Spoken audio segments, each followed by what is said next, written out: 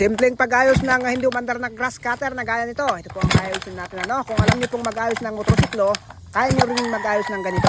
Dati po itong umaandar nung na-stock lang po nila, nung hindi na ginagamit. At ngayon gagamitin ulit, hindi na aandar.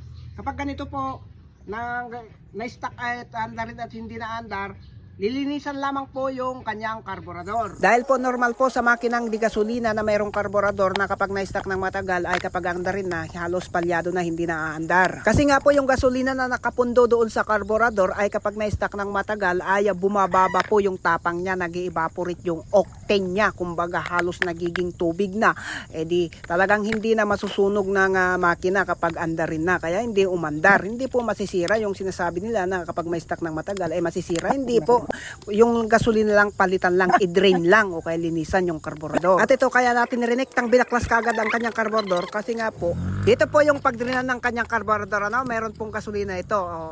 Nung kinalas po natin itong kanyang pagdrinan para mapalitan sana yung gasolina na naka-stack dito sa loob ng kanyang carburetor. Pero ito po ang nangyari, natanggal na po natin yung kanyang pagdrinan, walang tumagas na gasolina. Ibig sabihin wala pong nakakapasok na gasolina dito, kaya baklasin na lang po natin ito para makita kung anong nangyari, kung bakit hindi nakakapasok yung gasolina dito kahit marami pang gasolina doon sa kanyang tangke. At ito ang nangyari sa kanyang carburetor, malinis naman po, walang problema. Ito lang po talaga ang nangyayari kapag na-stack po yung mga di-gasolina, naglalak po yung needle dito, yung papasukan ng gasolina. Itong tinuturo ko sa lahat po ng di-gasolina ng di-makina na merong carburetor, kapag na-stack ng mga tagal, dito po karamihan naglalak po ito. Yan. Galawin lang po natin, ano, para gumalaw, para makapasok yung gasolina.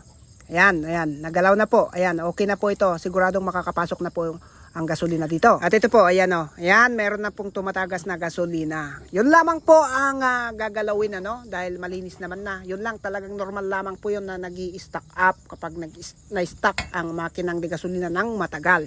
Ay talaga pong hindi po aandar kasi nga po hindi po makakapasok yung gasolina dito kasi nga po nag-stack up yung kanyang needle dito sa papasukan ng kanyang gasolina.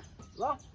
Kaya ito, nung ginalaw po natin, ay syempre makakapasok na po yung gasolina. Bali, ganun lamang po ang ginawa natin. Balik na po natin para po andarin na po natin. Ano? Ganito rin po yung mga diskarte natin na pinapakita po natin sa inyo kapag mag-aayos po tayo ng motorsiklo na na-stack ng mahabang panahon na hindi aandar kapag andarin na. Bago natin andarin, i-double check pa natin. Ayan, no. Ayan na po, ayan o, kitang-kita, meron na pong tumutulong gasolina. Ibig sabihin, nakakapasok na po yung gasolina dito sa kanyang carburetor. Ganito lamang po ang gagawin ninyo kapag na-stack po yung kanyang grass cutter hindi na umandar. I-drain nyo lamang po yung gasolina. Kung walang maitulong gasolina, walang tutulo sa pagdrinan, di baklasin nyo at linisan ninyo o kaya gawin ninyo itong gaya ng ipinakita natin sa inyo. At ito, andarin na po natin.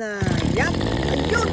Okay, ganun lamang po, ano? Kung meron lang kayong mga katanungan, comment nyo lamang po dyan sa ating comment section para po babasahin po natin lahat yan at sasagutin natin sa pamamagitan ng paggawa ng video para po may pakita sa inyo at maintindihan ninyo.